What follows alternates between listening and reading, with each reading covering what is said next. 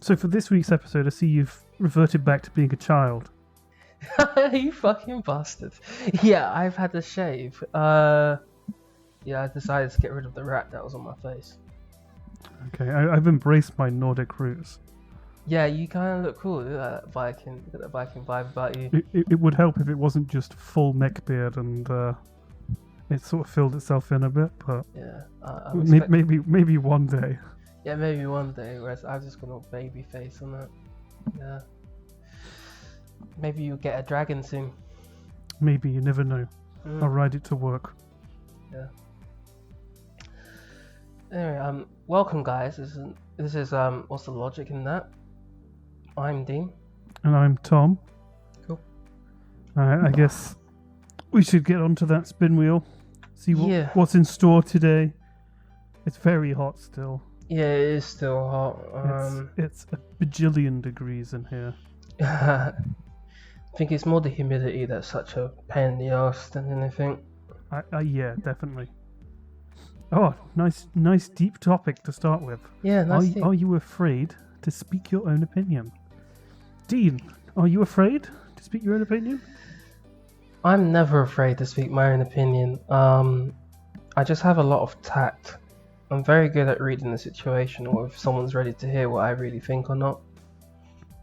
The only times I've held back my opinion is if maybe when I'm not in control. It's mostly in school days though. Like when you don't agree with someone who's in power over you, like in a school situation, you can't really open your mouth because you know the consequences. Do you never feel like that in work though as well? That maybe you can't because you can't say, "Oh, fuck you, client." See. Because that is technically speaking your opinion. Yeah, I hold back my swearing and my cussing and all that. If it gets to that point, I will tell the person about themselves. I think maybe once or twice to the clients. I don't do it all the time. There's no need. I mean, just gotta hope boss man's not listening. You know, let it happen. Let it happen. Let it happen. There's a few people who I won't mention. Some clients who I don't want to bump into on the streets. I think I can probably name them. You probably could, but I don't think you should. No, I'm not going to. Yeah, it's a difficult thing, really, isn't it? Because I think it's very dependent on the situation. Yes. I am generally quite reserved with my opinions, unless I'm in a social setting with people that I'm comfortable speaking with. Then generally, I won't normally say things out loud. I'll just quietly think them in my head. That being said, though, since we started doing this, I feel like I've been a lot more open with how I feel, because you sort of have to be when these topics come up, and you sort of have to say how you feel about the things that have appeared. That being said, though, there's definitely still times where I would definitely not want to say things that I'm thinking. Yeah. Never like racist or anything like that. I'm not saying that. That's You the know. first time you say. Yeah, you know. I'm never thinking. No. But there's definitely times when somebody's done something a certain way, which I disagree with. And this actually, to be fair, this happens quite a bit at work. Somebody will do something in one way, and I don't know whether just through sheer annoyance, I will just blissfully ignore what is happening, just because we could do this faster if you just listened to me in the first place. Yeah. So, I guess I'm not afraid to speak my opinion, but other times I will hold my tongue for the greater good. Sometimes it's because my thoughts can get really dark. Yes, they can. Dark and comedic, which I only tell Tom about most times. Other times I can see the consequences. So almost like remember that film, the Sherlock Holmes films with Robert Downey Jr. Yes. Where he sort of has that process where he sees the next steps of his movements when there's a fight scene. Those fighting scenes were absolutely fantastic. So that the whole slow motion, and they revert back, and he actually plays through it. That's how I sort of see it when I have to say something. It's like, if I tell them this, how are they going to react? This is like the worst case scenario. Okay, I better not say shit. Maybe tell them afterwards, yeah, I actually thought this, and they'll be chill about it. Whereas people like you, Tom, will just say it to your face, Yeah, regardless of what it is. So. I know you will. Yeah, again, I guess that's another thing as well. If the situation is not right for me to reveal something, so if somebody's upset about something, then as you say, for the greater good, maybe I'll delay giving that information until the person is in a better state of mind, and then you can go into it from there. But looping back to the Sherlock Holmes films, those fighting scenes were fantastic, and you know how they did amazing. it. They I'm pretty sure it's filmed at like a lower frame rate or something. Yeah. And that's what makes it appear like it's more fluid, even though that's like backwards. Apparently that's what they did, and that's why they look so fantastic. I'd like to play with that footage, that sort of setup, that camera setup. Even though in the Matrix films, you know, they have the how many cameras around in a circle to capture every angle, and then you get pan and do whatever. Or even the new setups, which are on some music videos. I think recently I saw it in a Korean music video where the cameras are set up and controlled via a computer program. So they have these hard shifts that are stable, so they can shift diagonally up, left, right, and focus in and out, all on a planned program. So the person can stay still and the camera does all the work, and it's just solid on the gyro. The shots are amazing. Yeah, I love stuff like that, and I'm not really a camera buff, to be quite honest with you. I'm not going to try and explain what ISO means or anything like that. But just being able to have a play around with that sort of kit, that high level stuff, I think that'd be an amazing experience. Just be able to see how it all works. Yep. I guess basic stuff I'd like to play with. Even you have it on your phone, like time lapse stuff. I haven't done any time lapse. Yeah. That's stuff I really do want to start with first and go from there. Yeah. How many times have you used the slow motion feature on your phone? 5, and I've never got it to work properly because I'm either capturing the moment after or capturing 2 before. There's not a moment where it will actually go in an over assist mode where it'll go, did you actually want a slow-mo here? And it's already done the whole clip for me, and I can choose a slow-mo position before I do a manual. That would be cool if it can actually show me how to do it. But no, I've tried it and I've always fucked it up. Yeah, like I have used it, like say, maybe 5 times over. I mean, the last 3 phones that I've had, I've been able to do it. I've used it like 5 times. I just can't see a reason to ever use it. But the most I ever do with my phone is maybe take a picture of something, and that's it. I don't mess with the settings. I like rarely upload to Instagram or anything like that as well. For me, I've been trying to upload to Instagram, I think at least once a week, but I think I've fallen behind.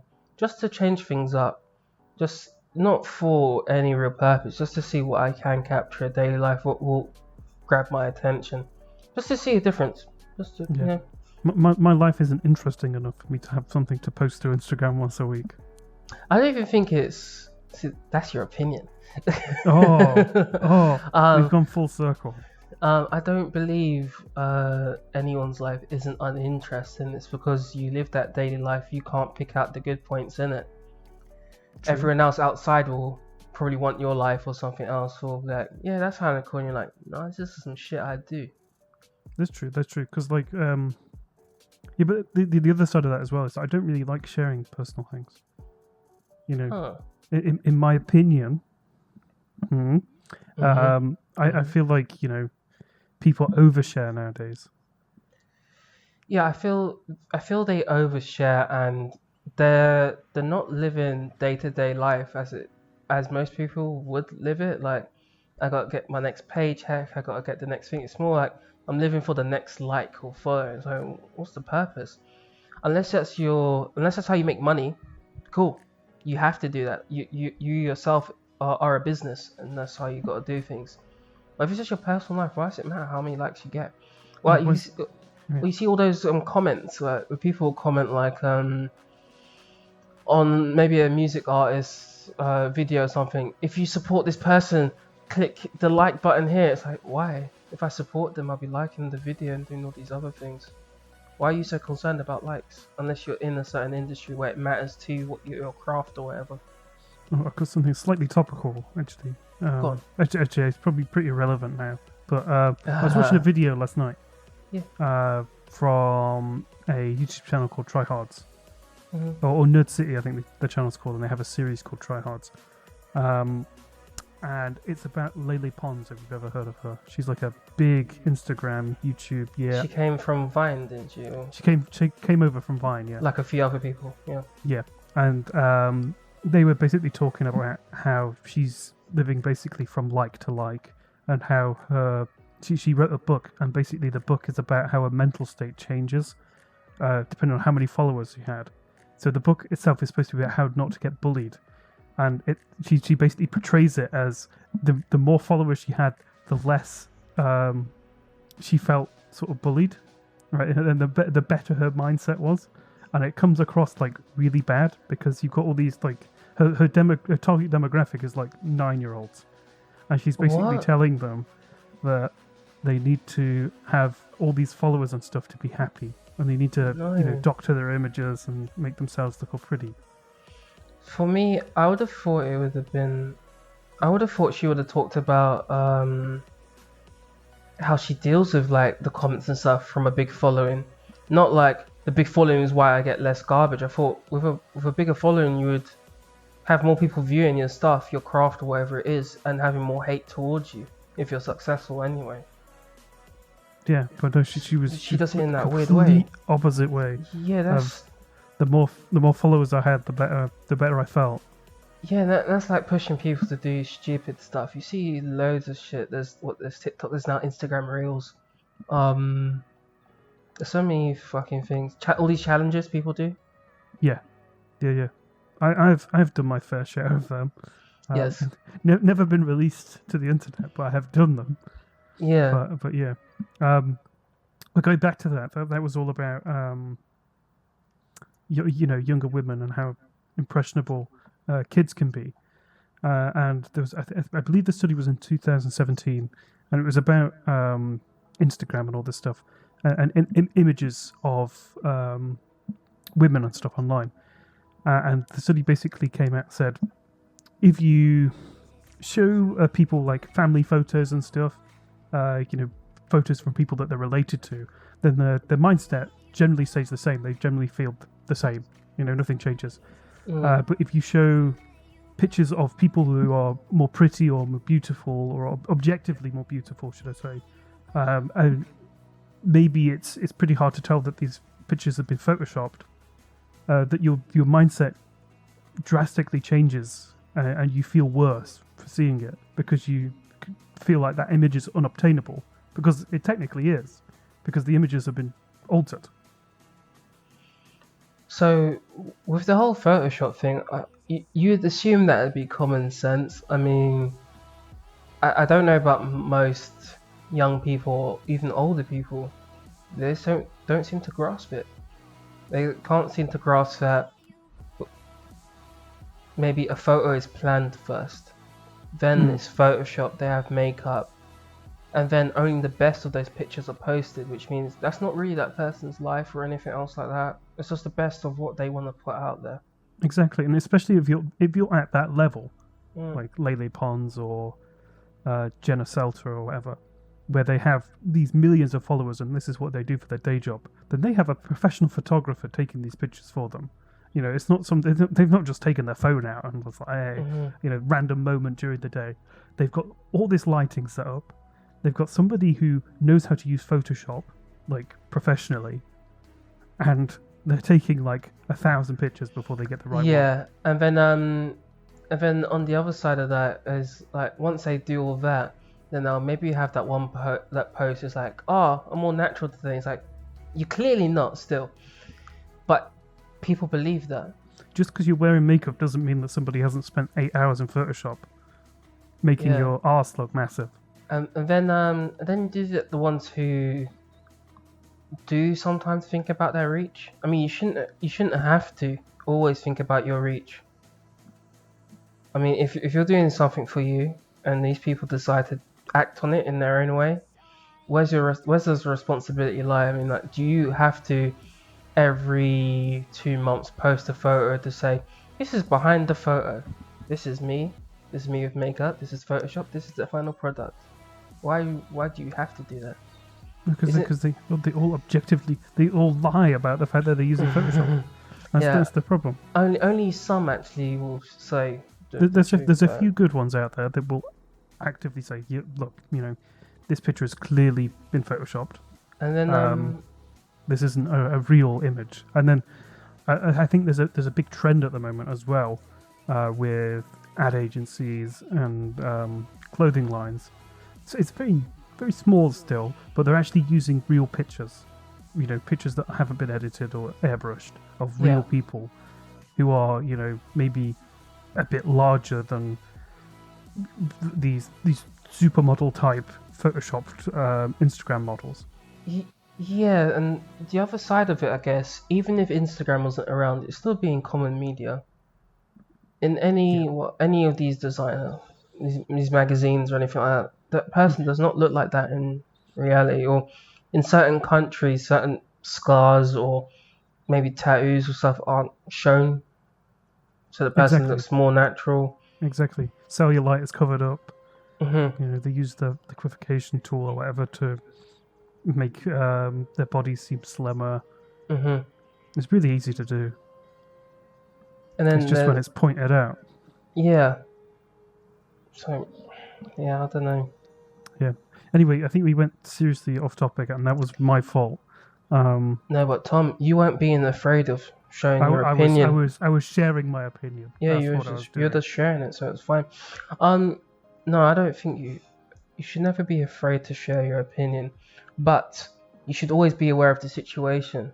Yes. Don't be an asshole. Don't be obnoxious deliberately. Yes. Read the situation before you speak. Yeah, before you open your mouth. I mean, everyone's got most people in the West have a freedom of speech, but it doesn't mean you should speak. Yeah, exactly. Okay, do you want to get the spin wheel ready? Yes, sir. Let's see what we're talking about next. I will try and keep to the topic this time. Hopefully, it's fine. I don't think we've got any more opinion ones, so I think you're good. Okay, what's next? Food, something that you would like to try. Something you want to try, should I say. Oh, well, I've got a few things actually that I want to try, and they're mainly like Asian things. So, before you start, are these dishes or certain foods? So, would you have the food in the dish, or you just want to try this piece of food? Both. Okay. Yeah. Go. So, when I was in Japan, I tried lots of things. Yes. And I guess this is more of a style, but we never did. I really hope this is the right word. We never did teppanyaki. You know, where they grill meat in front of you. Like they have a big flat top, and then they do steak and stuff on front of the flat top. I know what you're talking about. I'm not going to correct you because I'll probably say it wrong too. Am I? It sounds right. Right. Okay. Cool. I'm on the right line. I'm guessing you're fine. Someone will correct us in the comments, Rob. Yeah. Hi, Rob. So teppanyaki. Hopefully that's the right word. I'd love to try that. I'd also really like to try some different types of seafood, especially that one that can kill you. I really want to try that, the pufferfish thing. Pufferfish. Just to see what it tastes like. If you ever watch it, Tom, I'll give you a recommendation. Look at me giving a recommendation on our own channel. Travel Thirsty do a lot of Asian dishes that you don't see. And if you watch through, there's a lot of seafood in there that you would never think of eating that you maybe want to try. Have a quick look in that. What else in Japan did you want to try? So other things were like, well, I think this one's not actually. This was when I was in Thailand actually, but we had ant soup. I believe it was like the larvae of either a moth or something in a soup, but they did another one, and I have no idea what was in it, but it smelled incredible, and it was like a noodle dish. Oh, and it just looked incredible. It's like kind of like ramen, Mm-hmm. but with like slightly. It wasn't like udon thickness of noodle, but like slightly thicker than ramen. And it was like this creamy broth, and it had like some insect in it, but it just smelt incredible. Mm-hmm. And I guess insects in general, something I want to try. I Sainsbury's do crickets in barbecue sauce. What? Yeah, Really? yeah. Didn't know And that. when I was doing a project for work back in January, and I bought a bag of them and was just eating them on the side, and the person that I was with was disgusted by the fact that I was eating them, but they taste good, you know. Insects in general taste good. I feel like we should, as a species, be moving into eating them because they're more sustainable. More sustainable source of protein. Yes. Exactly. I'll go off topic a bit. Do you think eating insects would be okay for vegans, or do you think they think because I know a lot of arguments for some vegans with like the cow industry and stuff like that. It's like we're mass producing cows to eat, and that's in turn having another effect on the environment as well. So it's like so many layers to it. But with insects, there's in abundance anyway. I'm going to say no, and I think vegetarians wouldn't do it either, purely based on the fact that a lot of numbers use like insect, so it's like the red is a big one. I'm pretty sure that's like beetle or something. And I know for a fact my partner won't touch any of that because it's... so any life form that has obvious feedback of sorts. I don't know how it works. I think it's just because it was a living creature. But again, I mean, you eat yeast and that's living. That was my point, because like you have plants and then you have like certain forms of jellyfish which don't technically appear to be living, but they're still, they don't have like a brain dysfunction. Can you eat jellyfish?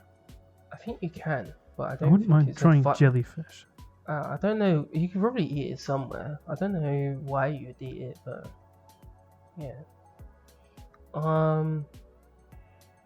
Things. Ooh. Yep. Going back to this, I remember what the other thing that I wanted to try in Japan was. It's called wanko soba. You want to try soba? Yeah, wanko soba. It's again, it's not like a dish, so to speak. Soba noodles are like noodles. Wanko soba is like basically you go to a place and the idea is you can eat as many noodles as you want. You get like a bit of broth, and then they come and they keep on giving you more soba noodles over and over and over again. And you got to have as many bowls as you can within like a certain time. It's kind of like an eating challenge, which sounds incredible. And you just go there and like people have eaten like 200 bowls, like ridiculous amounts of noodles. What? See, when I've had like I've been to a Japanese place to do a lot of udon noodles. They give me broth in unlimited amounts, but not the noodles itself. Not the noodles, exactly. The broth, yeah, but not the noodles. That's interesting.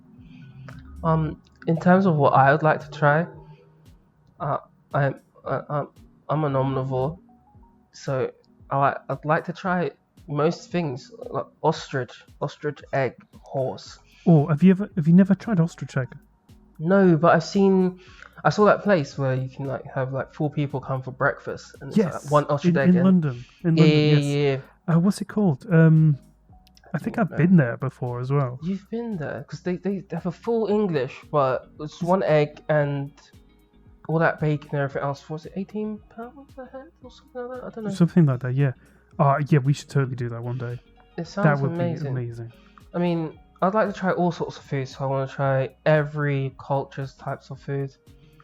Then I want to try weird stuff, like I really want to try like bread in the can from those Japanese vending machines. Oh yeah. This is the weird variations of food that you get. It's like, why is it like this or processed like this? It's like, okay, let's try it. Like a cheeseburger in a can. Yeah. Have you seen like chicken in a can? A whole chicken in a can? Yeah. I want to know like what is it? I just want to try it. I will eat anything. Yeah, I will eat insects. I will eat the anus of a giraffe. Right, but I don't want a chicken in a can. I think that. Have you seen it when it comes out? It looks like Alien. You know when it like comes out of the stomach. It's like that. It looks like that. No, your With comparison goop on it. was you'll eat anything, a giraffe's anus, but you won't eat chicken out of a can. Yeah. And before I was gonna interrupt and say as long as it's clean. Then you said you wouldn't eat chicken out of a can, but an anus. It's Yeah. like, for me, as long as it's cleaned and prepared, and there's no like diseases, I just want to try it. Have you ever tried any form of testicles? No. I feel like at one point I may have eaten a bull's testicle, but like a slither of it. You had the sliver of a testicle. Yeah. What? Where? What? In Asia. Somewhere. I can't remember where. I just remember being told that I'd eaten it. I think I was drunk when we did it. Okay. I don't know if I want to try one of those delicacies or something like that. Did I mention century eggs last time? No, I don't know. I think we talked about it at some point during We the talked about century. I do want to try a the Chinese cash and carry near me, right? They do century eggs that are like quail's eggs and chicken eggs. I don't think the modern ones are like true century eggs, but they are like in the sense like that. So I guess it will be a strong taste, but I think you'll be fine with it. I don't know. I don't know. Because what is it? It's like a semi-developed fermented chicken egg or chicken fetus. So like it has feathers in it sometimes as well, doesn't it? No. Am I what? Yeah, no, they do. Am I being stupid? The fetus is like half developed and then they ferment them. How? Yeah, Google this. I'm pretty sure I'm right. I was pretty sure you were wrong. Well, what did you think they were? Yeah, this is what I think it is as well. This thing. Am I being completely? Century eggs are just aged eggs. I thought. What am I thinking of there? I don't know. I'll show you what I'm seeing. This is a century egg. Yeah. Or thousand. Yeah. What do you? What am I thinking of? I was thinking of something that was like a semi-developed fetus. 100-year egg, 1,000-year egg. Yeah, it's just a preserved egg.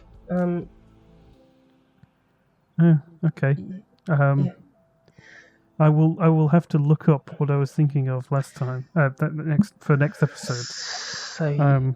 But it's definitely a thing. I've totally seen like people eat these like what I thought was a century egg, where it's like it has feathers in it, where the fetus is like started to develop. If you want to eat it. No, I don't want to eat it. That was the point. I thought, no, I think I was talking to my sister about this. I was like, what did you do if you actually got an egg from your kitchen and you went to crack it and it was like, it was really developed a bit, but the chick's dead. What do you do with it? Just throw it in the bin. Well, if you had no feathers, would you just cook it out? No, because it wouldn't have been developed far enough for it to. No, but what if it was and it was just packed by accident? Well, so it One was of those like chances. the size of a full-size chick. Yeah, so it's like developed enough where it's about to hatch, it's got no feathers. And you crack open, it's like, oh, it's just there. Well, I didn't think I'd cook it, Dean. I think that'd be the last thing on my mind. Oh, here we go. This half-developed chicken is going in the frying pan now. I was going to have an egg sandwich. I was going to make scrambled eggs, but now I'm making fetus. This is interesting to me a lot after the whole foot taco situation that you wouldn't eat the chicken in the egg. But I guess it's your own person, so it's not like. Wait, would eating, if you ate your own body part, would it be Cannibalism? No, I'm talking about. Would you classify that as a meat? So. As a what? You'd classify that as a meat, wouldn't you? Your own body. Yeah. Eating your own meat. Okay, cool. Yeah, I'm sat here. I'm eating my own meat today. Do you think vegans would be against it? Yeah, probably. Yeah. I mean, it's not. I don't know, because I guess you could. Because you're free. One of the arguments for veganism and stuff is that the animal isn't willingly allowing you to eat the meat from its body. No, and then there's other options for it. You don't have to kill it. Yeah. Whereas if it was me going, I've chopped my foot off, do you want to try some? Then I'm willingly allowing you to do that. So I guess technically, maybe they'd be okay with it. It's still meat, but I am consenting to you eating me. Mm. However that works. Yeah. Some foods that I want to try. After the bread and cans from Japan, more vending machine stuff like pizzas from vending machines, just weird stuff like automated food. Not talking about like lots of processed food, just like weird ways things work, like how it heats it up and stuff like that. I'm just interested in that. I can't think. I do secretly want to eat a swan. I don't think it just should be the Queen and the rest of the monarchy who are allowed to eat swans in this country. Well, I'm not saying that after this episode we should go and find one. I mean, Regent's Park is pretty close to me right now. Regent's Park is pretty close to you. But yes, please don't arrest us. You didn't do it. No, I didn't do it. Yeah, I'd totally eat this one as well. Yeah, I didn't do it yet. You didn't do it yet. You've got to find somewhere. There's got to be somewhere in the world where like there's swans are just readily available. Yeah. Swan burger. I reckon it's probably pretty gamey though, isn't it? Do you think if it's like a 3-stack burger, it's called the ugly duckling?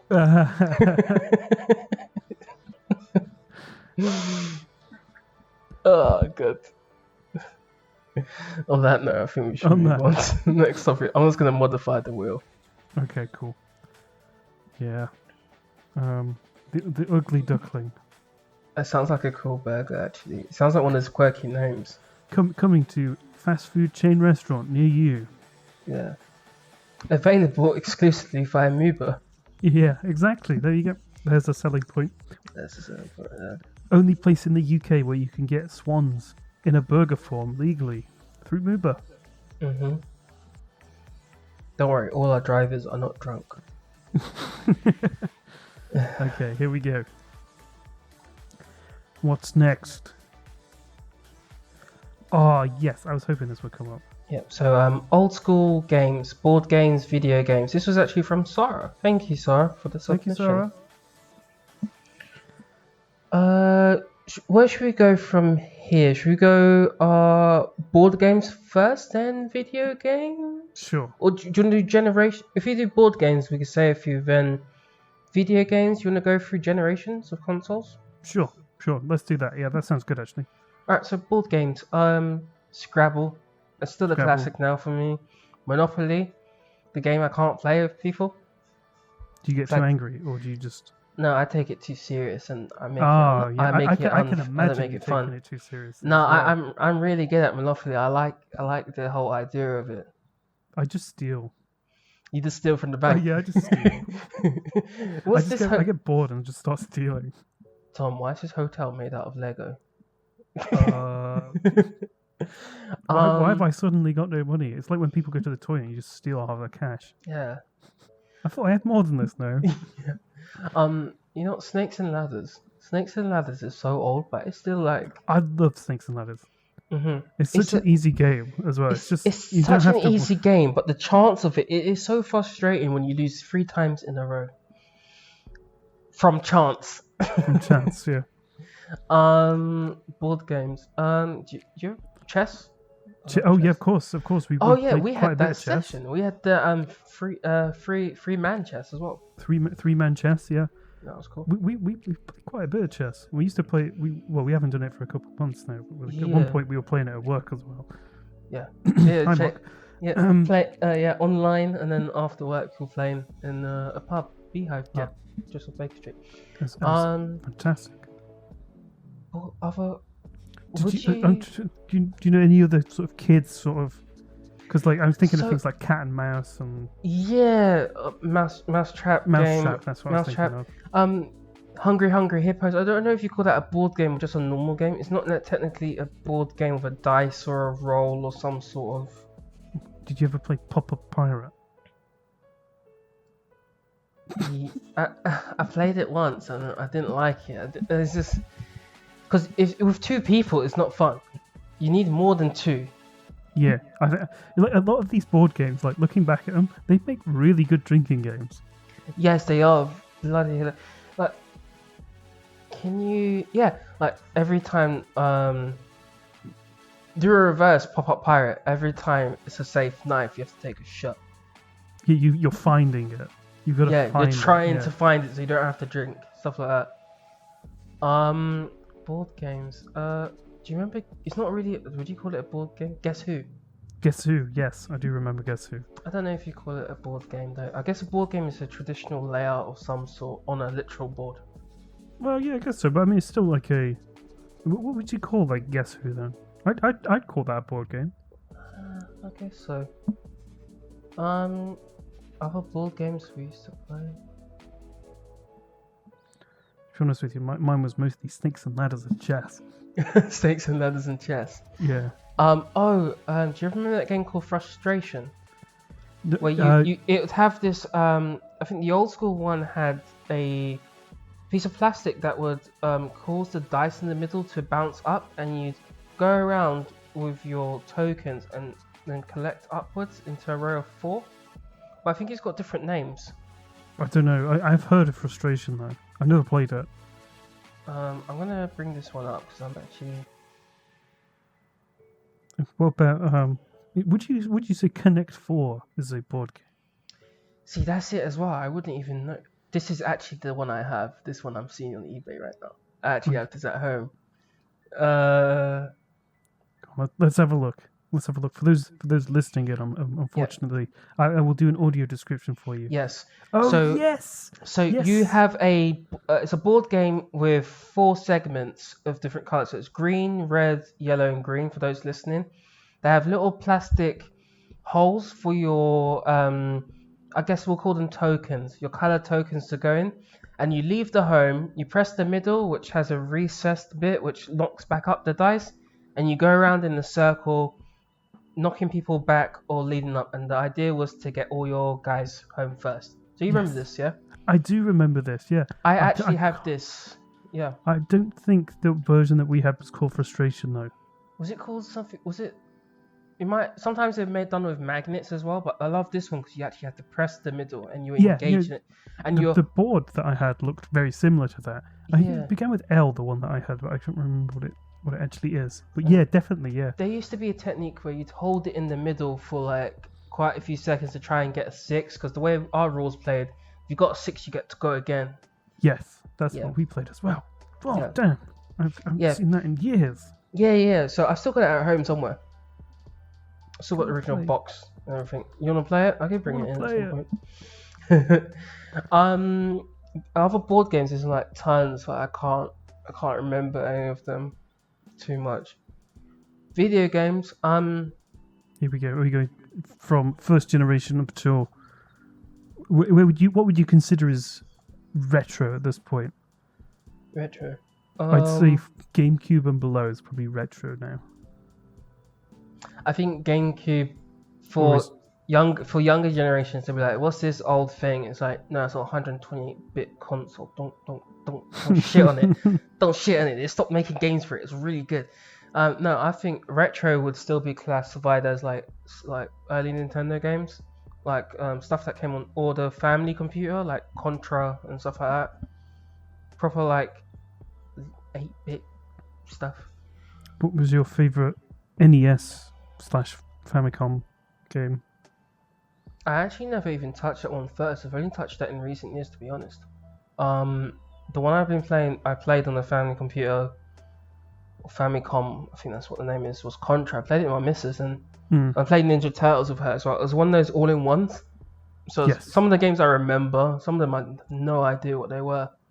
Used to see the covers and stuff, I never forget to play the games. But yeah, she knew all the cheats and everything. I was like, well, no, I'm impressed. We finished it all in, we were in a hotel in Taiwan. We finished it all in like an hour. She's beast. The first console game I played personally, when I used to go to my cousin's house, we used to play N64. GoldenEye. GoldenEye. The Z button, and when you're a kid and your hands are too small, everyone's. Yeah. So I didn't know how to pick up weapons, but when it didn't matter because the karate chop was the like the golden gun. I think that's how we played it. I don't know if that was the default rules. It's like one weapon. We used to play with the golden gun, but because of such a maze, even little kids like me, where your hand couldn't reach, you'd have to go round to get to the Z. You're holding the side and you got to go Z. This is chopping people left, right, and center. I used to get a few kills, so that was alright. I love GoldenEye. I always used to play lasers and flippers only. It's amazing, man. You just go around, you just see the hand. It's like you're swinging, left, right. N64 games. There's probably loads that I played later on, but as like the first ones I played as a kid. After N64, because I didn't visit my family's house to play that.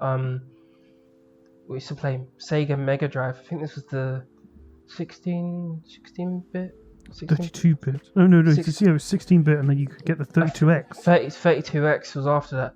So I think we were playing the 16, then we played the 32. So Streets of Rage. Yes. Bomberman. There's a tennis game. There's Judge Dredd. There was Street Fighter. Sonic the Hedgehog 2, I believe, was the one I used to like to play at my cousin's house. I was really good at that one. After Sega, when we went to, I didn't play Dreamcast or anything like that. I was straight onto PlayStation. I remember going to cousins' houses and always playing Tekken 3. And I think it's Harrowing. Lots of kicks. I never played with anyone else. After that, it's just loads more. Tom, early stuff. Your first actual. Yeah, not like the oldies you played, but the first console you touched. What game was it? The first console I touched was either an NES or an N64. For real? Yeah. And it was we had one game on NES, which was Mario Bros. / Duck Hunt. Right? Yeah. And so I spent a lot of my childhood playing that over and over again.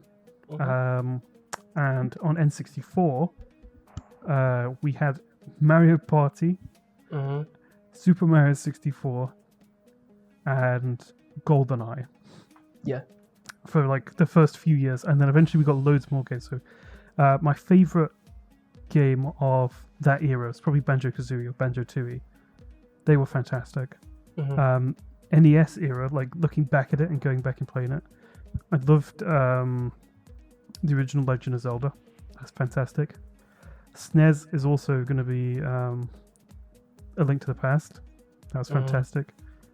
I played Majora's Mask and Ocarina of Time. They're really good, but I Mario 64 and Banjo-Kazooie have a soft spot in my heart for being like the games that I played like throughout the rest of my childhood. Yeah. Then I moved on to PS2. You went straight to PC? Straight to PS2 from N64. God, we played loads of crap. Looking back at it, like cheap bargain sort of. Oh, this game's £5 from Sex or whatever. There were tons of those games. I do remember though a lot of games. I mean, I did play the original GTAs, the old ones, the Bird's Eye View. Yeah. I like those ones. I wasn't really a fan of the new Grand Theft Auto. I mean, San Andreas, everyone seemed to love it, but I wasn't into those. Again, like San Andreas and Vice City. I never really played them until I'd already played 4. And by that point, I didn't really see the appeal. Because you're used to the new ones. But PS2, I did love. I think it was Getaway Black Monday. I think it's Getaway Black Monday where you play a cop on London streets. Yeah, it's SWAT. Oh damn! And it's actually got the maps. I think it's Getaway Black Monday anyway. That was fun. I do remember like going back to Nintendo 64, going to other people's houses because I couldn't buy one back then. Pokemon Snap, yes. Yeah, they actually released a new Pokemon Snap coming soon. So that'll be interesting to see how it's changed. What other N64 games did you have, or did you play? Sorry, Play. because that was realistically that's what I. Even though we had a PS2, I always went back to N64 for years. You know. So we never had one in the house or anyone. It was only like family's houses. So all I had my Game Boy Color, which I started off with Pokemon Yellow, and went from there. Then got PS1. And I got a PS2 after. Then I went on to GameCube. PS2, GameCube's same bit, but one was more popular, of course, over here. Mm. Have you ever had a Dreamcast or played a Dreamcast afterwards? Because I have 2 Dreamcasts. No, I've never played Dreamcast. I bought like a job lot of broken crap like years ago, and it had 2 Dreamcasts on it, and one of them had what's it called? It had a mod chip in it that was like region free. Both of them, one of them, the GD-ROM drive is like fine on it still, because like a lot of the time with older Dreamcasts, well, just all of them at this point, the drive fails on them, so you have to replace it with like an SD reader or something. But I've got one working one. My problem with that was though, I was a kid and I couldn't afford to buy the cables to plug it in. So what I ended up doing was hardwiring in I cut off the back of one of the PS2 cables, so you had the RCA cables. I just I soldered the cables onto the back of the board, and that's how I first played Dreamcast. I was probably like 14 at the time. That's crazy. It was so good. I had I was just playing through Sonic Adventure, and I played through some of Shenmue 1 as well. Oh, it's so good. I nearly re-released Shenmue as well on Xbox One. After, I think GameCube had a few. I mean, GameCube Double Dash. Mario Kart Double Dash was really good. Yes, me and my brother were literally playing that when I went back home the other week. Yeah, because it's GameCube discs are compatible with Wii, aren't they? Yeah, we were playing it on the Wii. Yeah. So what is it? We've got a modded Wii, of course. All of the consoles that I have from my childhood are all modded. Like modded PS2, modded Wii. But basically, if you use if you have like, I think it's called, I can't remember what bloody mod's called, but if you use Nintendo to play GameCube games, you can basically hook up PS4 controllers to the Wii. Oh, cool. So we were sat there playing Mario Kart Double Dash with PS4 controllers because we didn't have any GameCube ones. That sounds like an abomination. It feels like a disgrace too. Oh, it was, but it worked. Like it's literally plug and play. Like you can't tell the difference at all. But then it's just the layout of the GameCube controller. It's just the feel of it, you know. Yeah, I know you sort of miss that from a nostalgia thing. Yeah, I get that, and at the point where you're using like a PS4 controller to play on like native hardware, realistically, really you might as well just emulate it at that point. You're not getting the original experience anyway. Yeah. I mean, but yeah, no, it was good fun to play. Double Dash, though. Yeah, I'd like Double Dash to come back in some sort of format, whether or not it's like you even play on the same team and then half the way through you have to switch drivers, or they do some really crazy setups. I guess that was the problem that we had was, if you're 2-player and you play in the same car, then one of you just sat there for half of it. Yeah. If you actually had to, you only switch when you throw items, right? No, you don't even have to switch.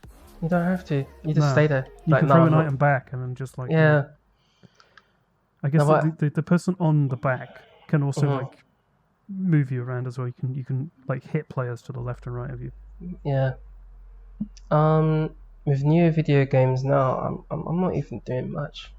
I'm playing FIFA. I'm playing Marvel Ultimate Alliance 3. I played 1 and 2.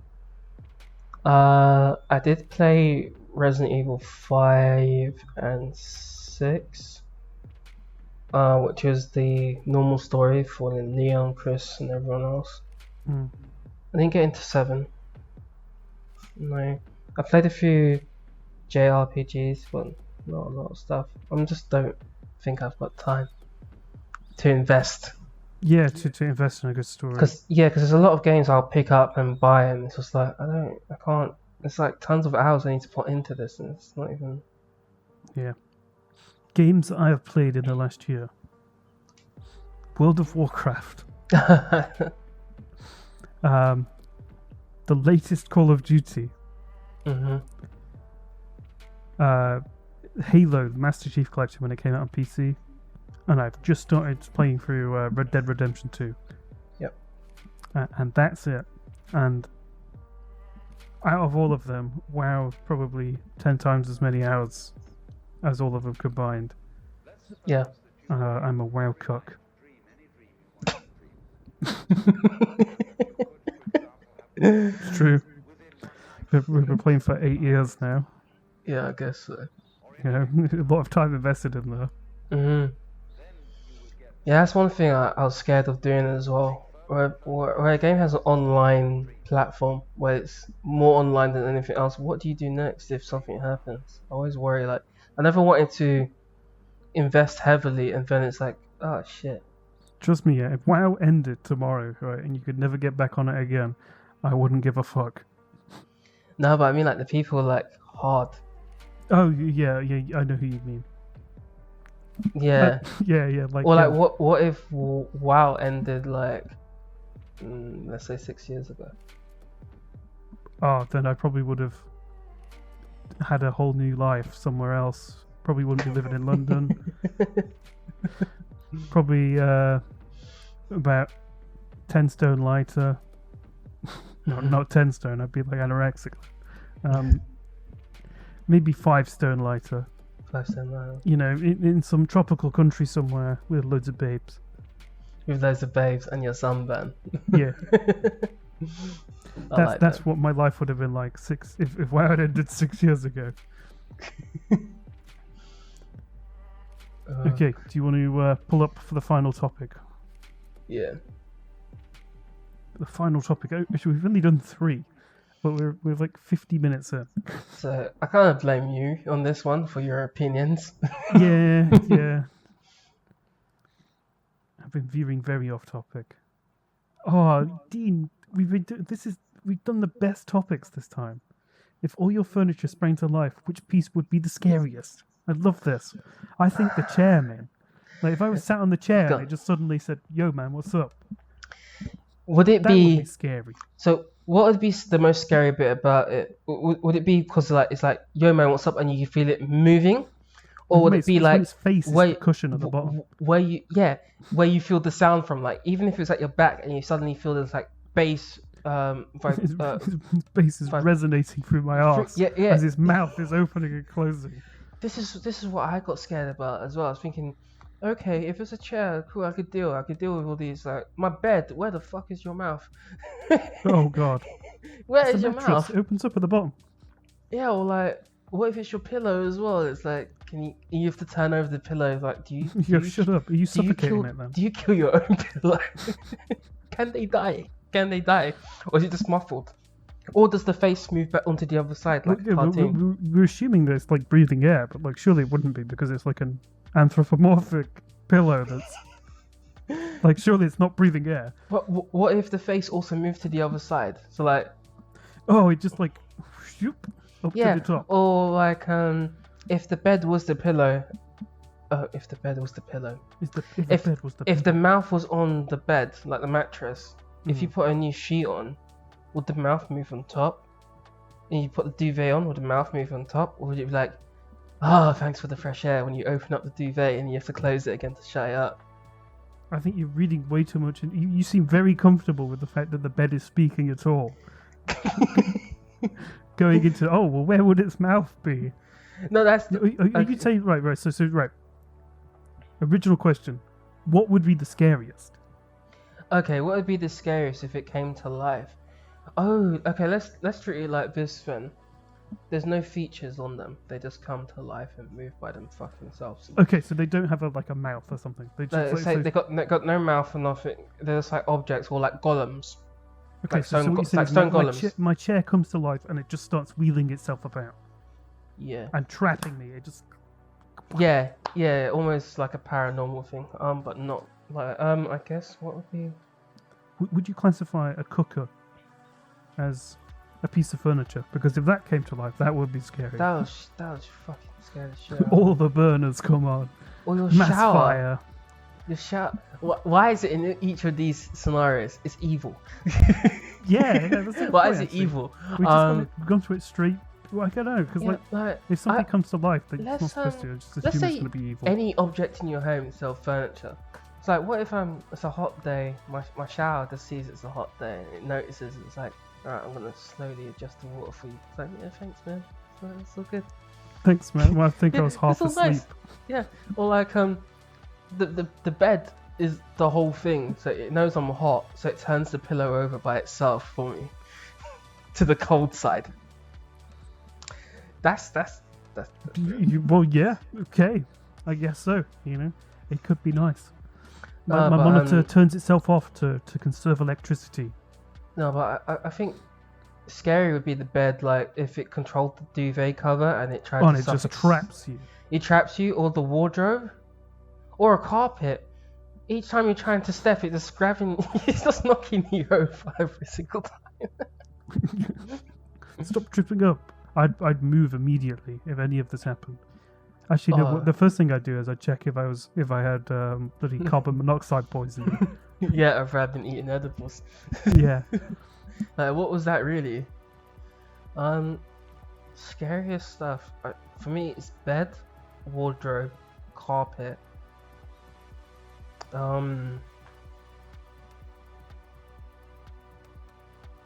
Silence. Drawers. Like chest of drawers. Yeah, Can yeah. you? It's always going to like violence when you talk about scary. Like you open a drawer to reach in and it slams on your fingers every time. I don't Yeah. like that. My scariest ones would be the cooker, the fridge, basically the whole kitchen. Oh god, the kitchen would be a nightmare. If Toaster goes off, starts like trying to slam your fingers in the toaster. yeah, Toaster jumps into the shower with you. the toaster is like.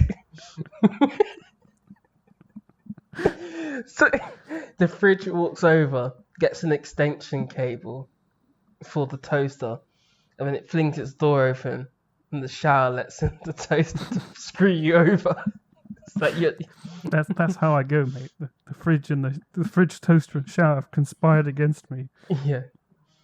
I guess it's not furniture or anything else, but the toilet. The toilet is a fucking. Oh, imagine it just throws all. Imagine you go for a shit and it just Yeah. like throws it back up. Yeah. That'd be awful. Yeah. I think the scariest. Yeah. Or if it trapped you, or it tried to suck you in. You imagine? No, it's when it traps your balls between the seat and the. Oh yes. That's the one. Mhm. That's not right. Oh god. I'm in a room full of chairs right now. Mate, they're all gonna get you. The moment we Okay. stop recording here, they're gonna get you. Yeah. There's not going to be an episode 7 because I've just been attacked by Multiple chairs. They're all gonna jump at you. 8 chairs. 8 chairs. 8 chairs, a fan, a laptop, a monitor, and a TV in the corner that's going to gang up on me. So how did you die? Well, 8 chairs killed me. They ganged up on me, and the fan jumped in as well. Luckily, you don't have a fridge in there anymore. Yeah, oh my god. TV falls off the wall onto you. No, they murk me and you see it on the camera, and then you find my body in the fridge. The fridge is just. The fridge is. This is. So imagine this happened last week, and the fridge was taken to Steve's house. He just Can you opens the imagine, door. like, It's yeah. Dean. And then the fridge is such a psychopath. It chooses to keep it cool in there or not, and then when it wants people to know there's a body, it turns itself off deliberately. Just at certain times, like, yeah, have that reek, and it's like, what's that? It's like, yeah, it's a What's that dead smell? body. And then by the time everybody's sort of gone, what's that smell? You know, and started looking, turn the temperature back down to get rid of the smell again. Get rid of the Yeah. stench. Yeah, just to let you know. Yeah, just a hint of body. Yeah. Just a slight hint of decaying corpse. Or you could have like an aircon and the bed working together. You know, if the bed tied you up, stripped you down, and the aircon was on, and you could just freeze, you get really chilled. I could do with that right now. Not gonna lie, I wish that would happen. Or you can catch a super cold and get like proper ill. You know what? Yeah. Even I would rather have hypothermia than be sat in this room right now. It's too bloody hot. It is really hot. I can't take it. It's too humid. Yeah. I don't know what the purpose of this is. It's not been this humid for ages. Well, you know what to do, don't you? When you go home, just look up at the sky and go, "Damn you, son! Damn you, sky! How dare you, weather? Why?" I'm gonna attack the sun. Attack it, yeah. Just keep on throwing stuff at it. Eventually, something will hit it. If you keep trying. If I keep trying for how many years? Oh my god. To the inevitable heat death of the universe. If you keep trying until the sun expands to the point where it consumes the earth, then eventually you'll throw something and it'll hit. I feel like I can make an alliance with the furniture. Yeah. Against the sun. Yeah. So, both mortal enemies. Yeah, I will. And the sun. I will appeal to both sides. The good chairs. Like, you always want people to sit on you and be used every day. But the sun's making you too hot to sit on. Gotta take it out. Gotta take it out. You don't like people sitting on you. They're so hot from the sun. They're sitting all the time now. Just relaxing. Let's get the sun. Let's get the sun. Let's go get him. Let's go and put it out. An army of chairs against the sun. Army of chairs with the fridge as the mascot, right? Consumes the sun. Let's cool it down. Yeah. The head of operations are those NASA chairs in the rockets. That's what we're gonna send chairs up to the space station, and we're gonna build a giant space station. Call it the Death Chair, and we're gonna attack. They're gonna attack the sun. They're going to attack. Well, they're just gonna slowly drift into it, or are they gonna have like some high-powered cooling capacity to cool it down by like 3 degrees? I'm not too Make sure. the planet cold again. We need to sit on these chairs. Right. Well, I think we should probably end here because we've just started talking utter nonsense. Oh, yeah, it is the heat and these bloody The heat just. I'm just going insane. Yeah. Scariest piece of furniture. I think it is the bed for me. If it is just the bed. There's so many things that could happen wrong. Especially the type of bed, a bunk bed deciding to fall deliberately. That's horrible. Or a futon folding. You see, I'm still gonna say the cooker. The cooker. I don't want to get burnt to death in the middle of the night by a rogue cooker. That's my thing. And on that note, thank you very much for watching, listening. Yes. Please leave a comment below. Mm-hmm. We'd like to read them all. Any feedback would be fantastic. Yes. And also, if you could leave some suggestions for topics, that would be brilliant as well. I would like to hear about which furniture that sprang to life would scare the shit out of you too. And it doesn't have to be furniture. If it has to be a household thing, whatever. And if you want to join the chair rebellion, let me know. Yeah, we're taking sign-ups. Thank you very much for watching. Have a good day. Yep. Goodbye. Bye. Choo choo. Get on the chair rebellion now. Yeah, fuck the sun. Have you ended? Good to end my recording in 3, 2, 1.